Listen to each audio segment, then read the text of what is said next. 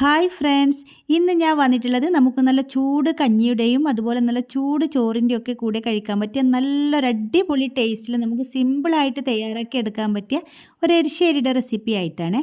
അപ്പോൾ ഈ ഒരു ഓണത്തിന് നിങ്ങൾ ഇതുപോലൊന്ന് എരിശ്ശേരി തയ്യാറാക്കി നോക്കണം കേട്ടോ. അപ്പോൾ വീഡിയോ നിങ്ങൾ മുഴുവനും സ്കിപ്പ് ചെയ്യാതെ ഒന്ന് കണ്ട് സപ്പോർട്ട് ചെയ്യണേ. ഇതെങ്ങനെയാണ് തയ്യാറാക്കുന്നതെന്ന് നമുക്ക് നോക്കാം. ഞാൻ ഇതവിടെ 200 ഗ്രാം ചേന നന്നായിട്ട് തൊലിയിൽ നിന്ന് കളഞ്ഞെടുത്തതിന് ശേഷം ഇതുപോലെ ചെറുതായിട്ടൊന്ന് കട്ട് ചെയ്തെടുത്തിട്ടുണ്ട്. അപ്പോൾ ചേന കഴിക്കാൻ ഇഷ്ടമാണെങ്കിലും ഇത് തൊലി കളയുന്ന സമയത്ത് ആ ഒരു കയ്യിലുള്ള ഭയങ്കര ചൊറിച്ചൽ അത് കാരണം തന്നെ ചേന വാങ്ങിക്കണ്ടെന്ന് തന്നെ വിചാരിക്കും അല്ലേ. അത്രയും എന്താ പറയുക, വല്ലാത്തൊരു ബുദ്ധിമുട്ടാണ് ഈ ചേന ഇങ്ങനെ നമ്മൾ തൊലി കളഞ്ഞെടുക്കുന്ന സമയത്ത്. അടുത്തതായിട്ട് ഞാൻ എടുത്തിട്ടുള്ളത് മുതിരയാണ്. ഞാൻ ഇവിടെ 1/2 കപ്പ് മുതിര നന്നായിട്ട് കഴുകിയെടുത്തതിന് ശേഷം ഒരു 15 മിനിറ്റ് മുന്നേ വെള്ളത്തിലേക്ക് ഇട്ട് കൊടുത്തിട്ടുണ്ട്. അപ്പോൾ മുതിര കഴുകിയെടുക്കുമ്പോൾ നന്നായിട്ട് ശ്രദ്ധിക്കണം, ഇതിൽ നല്ലതുപോലെ കല്ലെല്ലാം ഉണ്ടാവും, അതൊന്ന് നന്നായിട്ട് തന്നെ അരിച്ച് മാറ്റണം കേട്ടോ. ഇനി നമുക്ക് മുതിര വേവിച്ചെടുക്കണം. അപ്പോൾ ഞാൻ ഇതിവിടെ കുക്കറിലാണ് തയ്യാറാക്കുന്നത്. അപ്പോൾ അത് മുതിര കുക്കറിലേക്ക് ഇട്ട് കൊടുത്തിട്ടുണ്ട്. ഇനി ഇതിലേക്ക് വെള്ളം കൂടി ഒഴിച്ചു കൊടുക്കാം. വെള്ളം ഇവിടെ എത്രയാണ് എടുത്തതെന്ന് എനിക്ക് ഓർമ്മയില്ല കേട്ടോ, അതുകൊണ്ട് കറക്റ്റ് അളവ് ഞാൻ പറയുന്നില്ല. പിന്നെ ഇതിലേക്ക് ഒരു 1/2 ടീസ്പൂൺ മഞ്ഞൾപ്പൊടിയും പിന്നെ ആവശ്യത്തിന് ഉപ്പ് കൂടി ചേർത്ത് കൊടുത്തിട്ട് നന്നായിട്ട് ഇത് നമുക്കൊന്ന് മിക്സ് ചെയ്തെടുക്കാം. എന്നിട്ട് ഇതൊന്ന് മൂടി വെച്ചിട്ട് നമുക്കൊരു 7 വിസിൽ വരെ ഒന്ന് വേവിച്ചെടുക്കണം. എനിക്കിവിടെ 7 വിസിലായിട്ടുണ്ട്. അപ്പോൾ ഓരോരുത്തരുടെ കുക്കറിൻ്റെ ആ ഒരു ലെവൽ അനുസരിച്ചിട്ടായിരിക്കും കേട്ടോ ഇത് വേവുന്ന ടൈം. അങ്ങനെ ഇതാ നമ്മുടെ മുതിര നല്ല പാകത്തിന് തന്നെ ഇവിടെ വെന്ത് വന്നിട്ടുണ്ട്. ഒരുപാട് വെന്ത് ഉടഞ്ഞു പോയിട്ടൊന്നുമില്ല. അതുപോലെ ഇതിൽ കുറച്ച് വെള്ളം ഇരിപ്പുണ്ട്. ഇനി നമുക്കിതിലേക്ക് നമ്മൾ നേരത്തെ കട്ട് ചെയ്തെടുത്ത് വെച്ചിട്ടുള്ള നമ്മുടെ ചേന കൂടി ചേർത്ത് കൊടുക്കാം. പിന്നെ ഇതിലേക്ക് ഒരു 1/2 ടീസ്പൂൺ എന്താ പറയുക കാശ്മീരി മുളക് പൊടി ചേർത്ത് കൊടുക്കുക. ഇത് കാണാനൊരു കളറിന് വേണ്ടി മാത്രം കേട്ടോ, ഇതിൽ എരിവൊന്നുമില്ല. ഇനി ഇതിലേക്ക് കുറച്ചുകൂടി നമുക്ക് വെള്ളം ഒഴിച്ച് കൊടുക്കണം. നമ്മുടെ ചേന ഒന്ന് വെന്ത് കിട്ടണ്ടേ, അപ്പോൾ അതിനുള്ള ഒരു വെള്ളം കൂടി നമുക്കിതിലേക്ക് ഒഴിച്ചു കൊടുക്കാം. ഇനി നമുക്കിത് 2 വിസിൽ വരുന്നത് വരെ വേവിച്ചെടുക്കാം. അപ്പം ഞാൻ ഇതിവിടെ മൂടി വെച്ച് കൊടുക്കുന്നുണ്ട്. അപ്പോൾ ഈ ഒരു സമയം കൊണ്ട് നമുക്കിതിലേക്കുള്ള അരപ്പൊന്ന് തയ്യാറാക്കി എടുക്കാം. ഞാൻ ഇതിവിടെ 1 കപ്പ് തേങ്ങ ചിരകി എടുത്തിട്ടുണ്ട്. അപ്പോൾ ഇതിൽ നിന്ന് 3 ടേബിൾ സ്പൂൺ തേങ്ങ മാറ്റി വെച്ചിട്ട് ബാക്കി തേങ്ങ ഞാൻ ഇതിവിടെ മിക്സിയുടെ ചെറിയ ജാറിലേക്ക് ഇട്ട് കൊടുക്കുകയാണ്. അപ്പോൾ ആ ഒരു മാറ്റി വെച്ചിട്ടുള്ള തേങ്ങ ലാസ്റ്റ് വറുത്തിടുന്ന സമയത്ത് എടുക്കാൻ വേണ്ടി കേട്ടോ. അങ്ങനെ ഇത് തേങ്ങ ഞാൻ ഇത് മിക്സിയുടെ ജാറിലേക്ക് ഇട്ട് കൊടുത്തു. പിന്നെ ഇതിലേക്കൊരു ചെറിയ അല്ലി വെളുത്തുള്ളി ഒരു 6 എണ്ണം ചേർത്ത് കൊടുക്കുന്നുണ്ട്. ചെറുതായത് കാരണം കേട്ടോ 6 എണ്ണം ചേർത്ത് കൊടുത്തിട്ടുള്ള. ഇനി നമുക്ക് എരിവിന് ആവശ്യത്തിലുള്ള പച്ചമുളക് ചേർത്ത് കൊടുക്കാം. ഞാൻ ഇവിടെ 3 പച്ചമുളക് എടുത്തിട്ടുണ്ട്. ഇത് നല്ല എരിവുള്ള മുളകാണ്. പിന്നെ ഇതാ ഇതിലേക്ക് എന്താ പറയുക ഒരു 1/4 ടീസ്പൂൺ ചെറിയ ജീരകം കൂടി ചേർത്ത് കൊടുക്കാം. ഇനി ഇത് അരച്ചെടുക്കാൻ വേണ്ടി ഇതിലേക്ക് ഒരു 1/2 കപ്പ് വെള്ളം ഒഴിച്ചിട്ട് ഇതൊന്ന് അരച്ചെടുക്കണം. ഒരുപാട് അങ്ങ് അരഞ്ഞു പോകണ്ട, ചെറുതായിട്ടൊന്ന് അരച്ചെടുത്താൽ മതി കേട്ടോ. അതിപ്പോൾ ഞാൻ കാണിച്ചു തരാം. ഇതാ ഈ ഒരു പരുവത്തിലാണ് അരച്ചെടുക്കേണ്ടത്. തീരെ അരിയാതെയോ ആയി പോകരുത്, അതുപോലെ തന്നെ നന്നായിട്ട് അങ്ങ് അരഞ്ഞു പോവുകയും ചെയ്യരുത്.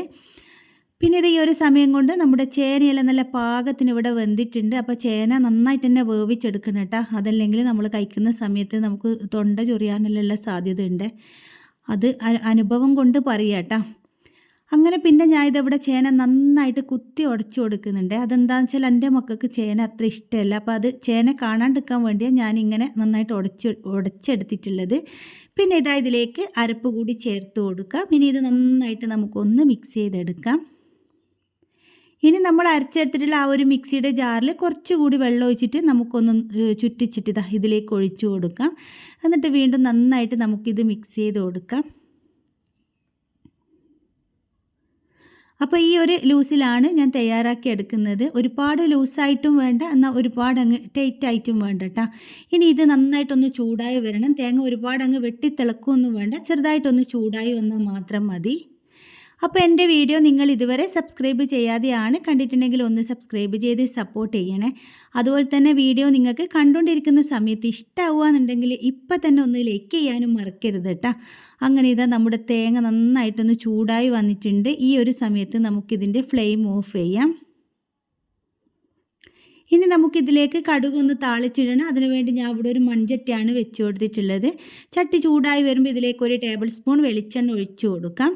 അങ്ങനെ ഇതാ നമ്മുടെ വെളിച്ചെണ്ണ നന്നായിട്ട് ചൂടായി വരുന്ന സമയത്ത് ഇതിലേക്ക് 1/2 ടീസ്പൂൺ കടുക് ഇട്ട് കൊടുക്കാം. ഒപ്പം തന്നെ ഇതിലേക്ക് 1 ടീസ്പൂൺ എന്താ പറയുക ഉഴുന്ന് പരിപ്പ് കൂടി ചേർത്ത് കൊടുക്കാം. എന്നിട്ട് ഇതാ നമ്മുടെ ഉഴുന്ന് പരിപ്പൊന്ന് ചെറുതായിട്ടൊന്ന് കളറ് മാറി വരുന്ന സമയത്ത് നമുക്കിതിലേക്കൊരു 3 വറ്റൽ മുളക് കട്ട് ചെയ്തതും പിന്നെ ഒരു 2 തണ്ട് കറിവേപ്പ് കൂടി ചേർത്ത് കൊടുക്കാം. ഇനി നമ്മൾ നേരത്തെ മാറ്റി വെച്ചിട്ടുള്ള തേങ്ങയില്ലേ, ആ ഒരു 3 ടേബിൾ സ്പൂൺ തേങ്ങ ഇതിലേക്ക് ചേർത്ത് കൊടുക്കാം. എന്നിട്ട് ഇതെല്ലാം കൂടി ലോ ഫ്ലെയിമിലിട്ടിട്ട് നന്നായിട്ട് തേങ്ങയെല്ലാം ഒന്ന് മൂപ്പിച്ചെടുക്കണം. അപ്പോൾ ഫ്ലെയിം കൂട്ടി വെക്കരുത്, തേങ്ങ പെട്ടെന്ന് തന്നെ കരിഞ്ഞു പോകും. ലോ ഫ്ലെയിമിലിട്ടിട്ട് നന്നായിട്ട് ഇത് മൂപ്പിച്ചെടുത്താൽ മതി. അങ്ങനെ ഇതാ നന്നായിട്ട് തന്നെ നമ്മുടെ തേങ്ങയെല്ലാം ഇവിടെ ഞാൻ മൂപ്പിച്ചെടുത്തിട്ടുണ്ട്. ഇനി നമുക്കിതിലേക്ക് നമ്മൾ വേവിച്ചെടുത്ത് വെച്ചിട്ടുള്ള നമ്മുടെ ആ ഒരു ചേനയും എന്താ പറയുക മുതിരയെല്ലാം ആ ഒരു മിക്സ് ഇതിലേക്ക് ഒഴിച്ചു കൊടുക്കാം. അങ്ങനെ ഇതിവിടെ നല്ലതുപോലെ തന്നെ നമുക്ക് മിക്സ് ചെയ്ത് കൊടുക്കാം. എന്നിട്ട് ഇതിൻ്റെ ഫ്ലെയിം ഞാൻ ഇതിവിടെ ഓഫ് ചെയ്ത് കൊടുത്തിട്ടുണ്ട്. അപ്പോൾ ഉപ്പെല്ലാം ചെക്ക് ചെയ്തിട്ട് വേണമെന്നുണ്ടെങ്കിൽ ചേർത്ത് കൊടുക്കാം. ഞാൻ ഇവിടെ കുറച്ച് ഉപ്പ് കുറവായിട്ട് ചേർത്ത് കൊടുത്തിട്ടുണ്ടേനു. ആ ഒരു വീഡിയോ എൻ്റെ കയ്യിൽ നിന്ന് മിസ്സായി പോയത് കേട്ടോ. ഇനി നമുക്കിത് മൂടി വെച്ച് കൊടുക്കാം. ഒരു 15 മിനിറ്റിന് ശേഷം നമുക്ക് തിരിച്ച് വരാം.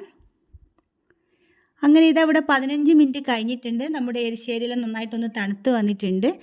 അപ്പോൾ ഈ ഒരു ലൂസിലാട്ടാ ഉള്ളത്. നമുക്ക് നല്ല ചൂട് ചോറിൻ്റെയും അതുപോലെ തന്നെ നല്ല ചൂട് കഞ്ഞിയുടെ കൂടെയൊക്കെ കഴിക്കാൻ പറ്റിയ നല്ല അടിപൊളി ടേസ്റ്റുള്ള മുതിരയും ചേനയും വെച്ച് തയ്യാറാക്കിയിട്ടുള്ള എരിശ്ശേരി ഇതവിടെ തയ്യാറായി. അപ്പോൾ ഞാൻ ഇതിവിടെ ഒരു ബൗളിലേക്ക് മാറ്റിയിട്ടുണ്ട്. അപ്പോൾ വീഡിയോ നിങ്ങൾക്ക് എല്ലാവർക്കും ഇഷ്ടമായിട്ടുണ്ടാവുമെന്ന് വിചാരിക്കുന്നു. ഇഷ്ടപ്പെട്ടിട്ടുണ്ടെങ്കിൽ എന്നും പറയുന്നത് പോലെ തന്നെ ലൈക്ക് ചെയ്യാനും ഷെയർ ചെയ്യാനും സബ്സ്ക്രൈബ് ചെയ്യാനും ഒന്നും മറക്കരുത് കേട്ടോ. നിങ്ങളുടെ കുക്കിംഗ് ഇഷ്ടപ്പെടുന്ന എല്ലാ ഫ്രണ്ട്സിനും അതുപോലെ ഫാമിലിക്കും ഒക്കെ ഒന്ന് ഷെയർ ചെയ്ത് കൊടുത്ത് സപ്പോർട്ട് ചെയ്യണേ. അപ്പോൾ വീഡിയോ നിങ്ങൾക്ക് ഇഷ്ടമായാലും ഇഷ്ടമായിട്ടില്ലെങ്കിൽ ഷെയർ ചെയ്ത് കൊടുക്കാൻ മറന്നു പോകരുത് കേട്ടോ. അപ്പോൾ പുതിയൊരു വീഡിയോ ആയിട്ട് നമുക്കിനി വീണ്ടും കാണാം.